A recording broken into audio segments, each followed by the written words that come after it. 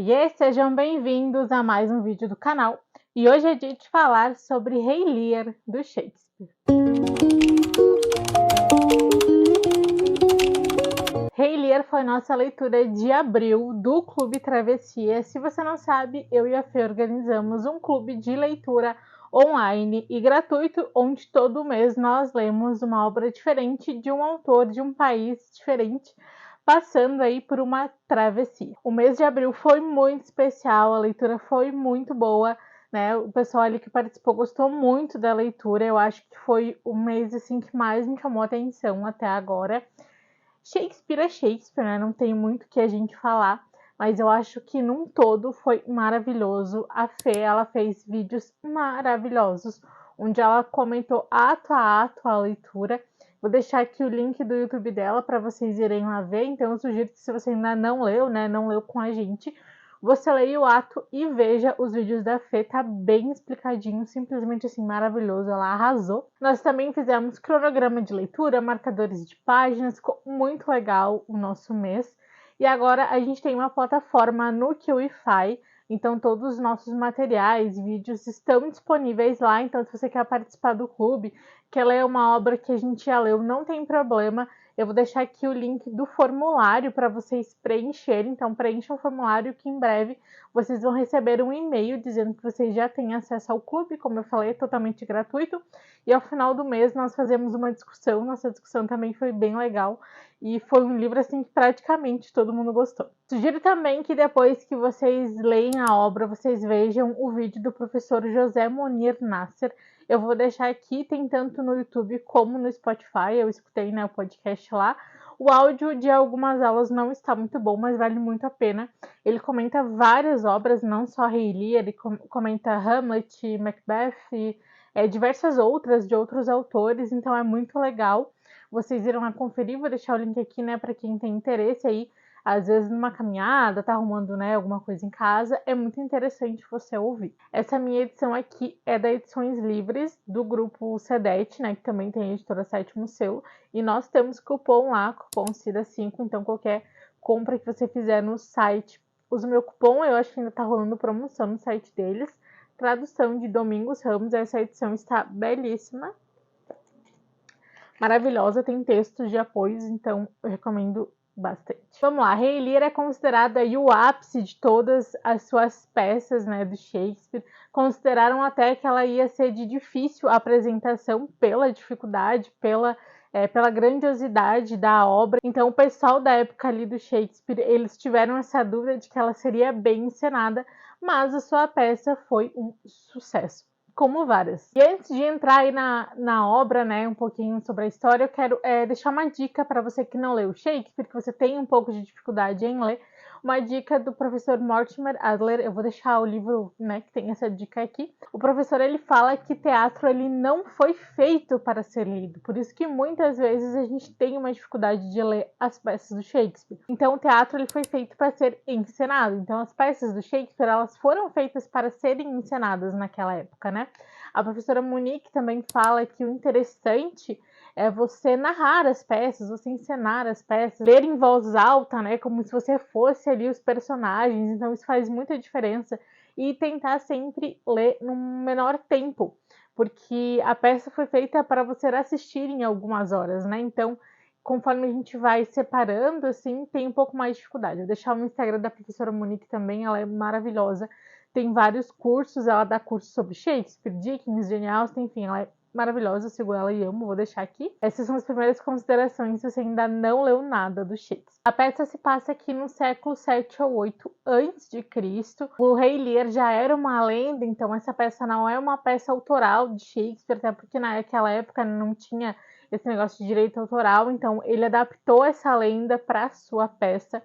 E aí, a sua peça foi aclamadíssima, né? É considerada uma das suas melhores peças. Então, ele resgatou ali traços dessa lenda de Lear. Vou fazer umas breves considerações da obra, até porque perto do que a Fernanda já fez, comentou ato a ato, né? Não chega nem perto, mas vou deixar aqui as minhas considerações. Então, o Lear era rei de uma certa região e ele possuía 3 filhas: a Goneril, a Rigany e a Cordélia. A Cordélia era sua filha mais nova e a sua preferida. Então, ele estava ali com as suas 3 filhas e ele pretendia dividir o reino dele entre as 3. Porém, essa divisão seria o quanto as filhas amavam o pai. Então ele dizia: ah, Goneril, quanto você me ama? E ela dizia: nossa, pai, eu te amo com todo o meu ser, com todo o meu amor. Então eu vou te dar essa parte do reino. A Rigany: ah, quanto você me ama? E ela dizia que amava, né, também, de todo o coração, em todos os seus esforços. E aí ele chega e pergunta para Cordélia, né, Cordélia, quanto tu me ama? Aí ela diz que ela ama o necessário de um amor de uma filha por um pai, mas que ela não pode amar de todo o coração, porque ela vai se casar, ela vai ter que amar o seu marido também, né? Ela vai ter filhos, ela vai ter que amar os seus filhos. Então, não tem como ela amar 100% o Lear. E essa divisão do reino aí que dá início à peça é uma alusão ao momento que a Inglaterra estava vivendo no período que essa obra foi escrita. Então, Shakespeare ele é muito, né, muito esperto. Então, ele colocava algumas críticas dentro das suas peças, isso é muito bom. As filhas mais velhas eram casadas com o Duque de Albanha e o Duque de Cornualha, salvo engano, era muito duque, muita gente ali. E a Cordélia, ela ainda não era casada e ela era disputada pelo rei da França e pelo Duque de Borgonha, salvo engano.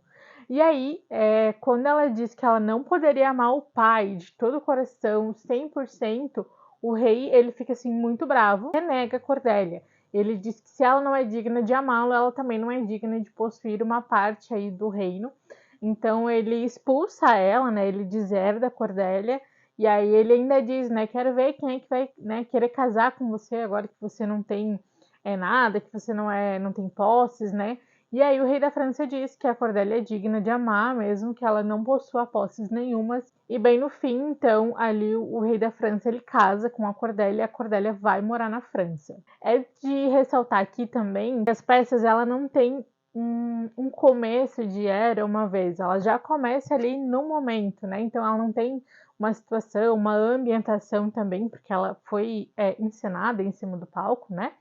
Então, isso a gente tem que prestar bastante atenção, porque não é aquilo que a gente é acostumado a ler aí nas histórias de ficção. Então, a Cordélia sai, né? Ela vai ali morar com o rei da França. E o Lear, ele divide aí, então, as suas terras com as suas 2 filhas mais velhas, com a Rigany e com a Goneril.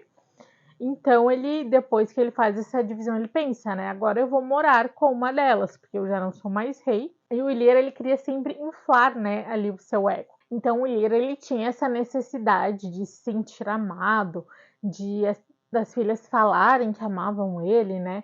Então, ele tinha aí, não é uma certa carência, mas um ego de querer que as pessoas fiquem afirmando que ele era o melhor rei, que ele era amado. Enfim, ele tinha essa necessidade das pessoas ficarem agradando ele. Até uma, né? Parece aquelas crianças, assim, uma atitude bem infantil de rei, né? Para quem era rei, é uma atitude bem infantil. E ele já estava ali, né, na sua velhice, então ele não queria mais ter as responsabilidades do reinado, de ser rei, mas ele também não queria deixar de ter o título de rei. E aí ele tinha alguns cavaleiros, né? E esses cavaleiros representam a grandeza de uma pessoa, como a grandeza do Lear, já que ele era o rei. Então, primeiro ele tenta ir morar com a Goneril, né? E ela diz que ele pode morar lá, mas ele não pode ter todos esses cavaleiros à disposição dele. Ele fica muito chocado, porque, né, para ele não ia abrir mão ali dos seus 100 cavaleiros, salvo engano. Já que eu não posso morar com a Goneril, eu vou morar com a Rigany, né? Porque ela não vai porque ela não vai me rejeitar com os meus cavaleiros. E aí, nesse meio tempo, a Goneril manda avisar a Rigany que o Lear tá indo morar com ela.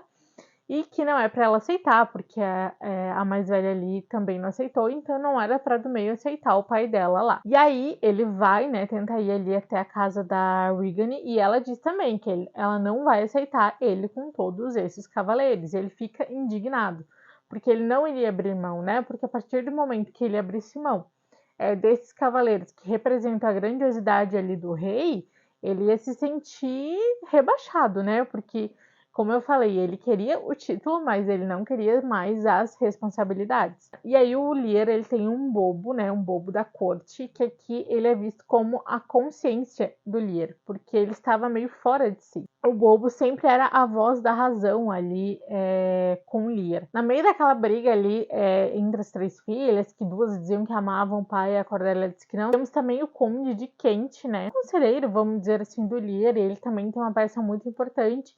E aí, no meio daquela toda confusão, ele é mandado embora ali pelo Lear. E, paralelamente ali à história do Lear, nós temos um subenredo com o Conde de Gloucester, que ele tem dois filhos, né? O Edgar e o Edmund, que o Edgar é o seu filho biológico e o Edmundo é um filho bastardo, digamos assim, né? Então ali também a gente vê a briga entre os dois filhos, a gente vê ali a disputa das filhas de Lear. Então a gente tem esse subenredo aqui no livro que mostra bastante e que entrelaça essas histórias, né? A história aí da paternidade. E aí o Gloucester então tem esses dois filhos e o Edmund, que é o filho bastardo, ele diz que o Edgar não tá mais aí pro pai, que ele quer roubar todas as coisas dele.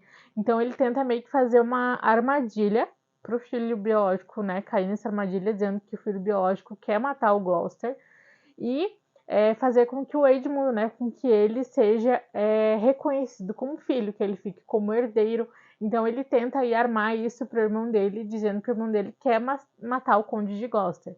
O Conde de Gloucester, ele é cego, então ele acredita no filho bastardo, né, no Edmundo. E aí, paralelamente, a gente vai ter essas duas histórias acontecendo. Aí, como o Lear foi rejeitado também ali pela segunda filha, né, então ele fica meio louco, assim, e ele vai para um campo, né, com o bobo lá, ele encontra o Kent, mas vestido de uma outra pessoa. Também encontra o Edgar, mas não sabe que é o Edgar, porque ele também tá vestido de outra pessoa. E ele começa a fazer as suas reflexões, né, ali das filhas. Essa cena da tempestade, ele é muito legal. E aí até que ele se dá conta que, na verdade, a única que realmente amava ele, que podia ajudar ele, era a Cordelia. Então ele vai atrás da Cordelia, né, pra pedir desculpas ali. E aí a gente sabe que é uma tragédia, né, não é um final feliz. Vou contar o spoiler aqui do final, então se você não quer saber, você pula essa parte. O Lear vai ser preso e a Cordelia ela vai ser enforcada, então acontece toda uma desgraça ali com as outras filhas. As duas filhas mais velhas do Lear se apaixonam pelo Edmundo. O Edmundo diz que as duas estão apaixonadas e por isso uma resolve matar a outra ali.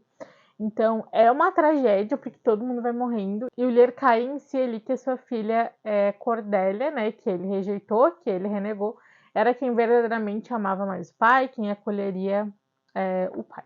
Essa, né, é o resumo aí da peça, da história do Rei Lear.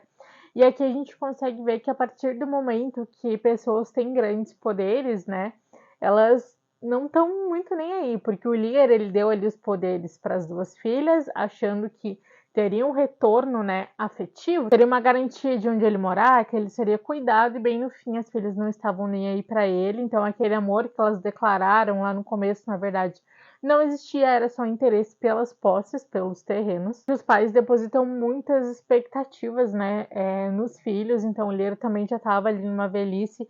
Não se sabe se essa meio que loucura dele aí era decorrente da velhice ou era algo que já tinha dele próprio. Mas a gente vê que ele era uma pessoa que queria muita atenção, que ele gostava de chamar atenção, de ser visto, de ser amado, de ser notado. Então ele tinha um ego ali para ser inflamado e ao mesmo tempo esperava muito das filhas, né? E aí entra também aí o desprezo dos filhos pelos pais, porque as filhas meio que desprezaram o Lear a partir do momento que ele não tinha nada. E a Cordelia, quem foi que ele mais rejeitou, então foi quem aí salvou, né? Quem viveu, quem amou verdadeiramente o Lear. E a gente vê também que depois que acontece a cena ali da tempestade, que eu falei pra vocês, o bobo, que eu falei que era a razão do Lear, ele desaparece. Por quê? Porque a partir do momento que o Lear, ele cai em si, que a Cordelia é verdadeiramente a melhor filha, que mesmo ele rejeitando, né, ele amava ela, o bobo some porque a consciência dele voltou, né? É como se ele tivesse com os olhos, ouvidos fechados aí figurativamente, e a partir do momento que ele cai em si, o bobo desaparece, né? A gente não tem ali A gente não sabe o que acontece com o Bobo, ele simplesmente para de aparecer, então é isso que dá a entender. E eu gostei muito dessa peça, eu acho que é uma das minhas favoritas do Shakespeare, foi muito especial ler com o clube. E se você não leu, fica a minha dica também aí para você acompanhar com os vídeos da Fê, que ela esclarece muita coisa, porque às vezes realmente fica aí algumas partes mais confusas. E foi uma surpresa, assim, essa peça eu gostei muito, foi uma escolha maravilhosa. Quero ler mais obras do Shakespeare, essa é a minha quinta peça, eu acho, dele, quinta ou sexta, salvo engano, mas entrou assim pro top de uma das minhas favoritas. Se inscreve no canal se você ainda não é inscrito, deixa seu like, me siga no Instagram também, lá eu atualizo em tempo real as minhas leituras. No mês de maio, estamos lendo aí o Grande Gatsby no clube, é um livro maravilhoso, gostei muito. Eu e a Fê sempre lemos um mês antes para preparar os materiais, saber, né, do que se trata, para poder falar com o pessoal do clube, então é maravilhoso, vale muito a leitura se você não leu o Grande Gatsby. O material tá incrível também no mês de maio, então eu espero você. E se você quer participar do clube, preenche o formulário aqui para você ter acesso aí a todos os nossos materiais. Muito obrigada por assistir até aqui, um beijo e até o próximo vídeo.